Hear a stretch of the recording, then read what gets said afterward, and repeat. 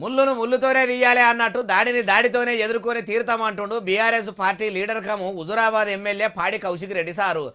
అంటే అంటే అందుకే మీది మీదికి పోయి కలబడుతుండా. మొన్నటి సంది పాడిగారు పెట్టుకుంటున్న పంచాదులకు కారణం ఇదేరా? ఏది మనం కూడా అరుచుకుందాం పారి. అయ్యా పాడిగారు, దాడి గురించి వాడి వేడిగా మీ వాక్కులు వినబెట్టుండ్రి. డీజీపీ గారు మళ్ళా మీకు చెప్తున్నా, మొన్న చెప్పినా ఇవాళ కూడా చెప్తున్నా, మేము చూసుకుంటా ఊరుకోము. మేము కూడా ప్రతి దాడులు చేస్తాం. కాంగ్రెస్ పార్టీ వాళ్ళని రోడ్ల మీద తిరగనియాం, వాళ్ళ ఆఫీసుల మీద కూడా మేము కూడా దాడులు చేస్తాం.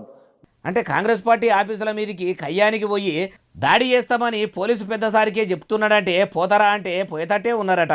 అయినా ఎవరన్నా ఇట్లా కొట్లాటలకో కీసులాటలకో పోయేటప్పుడు నేను ఫలాని మనిషిని కొట్టేందుకు పోతున్నా అని ఊరంతా డప్పు సాటి వేసి మరీ పోయి కొట్టేస్తాడా? ఆఫీసు మీదకి దాడికి పోతాం అన్నోళ్ళు కూడా ఇంత మంచిగా చెప్పిపోతారా?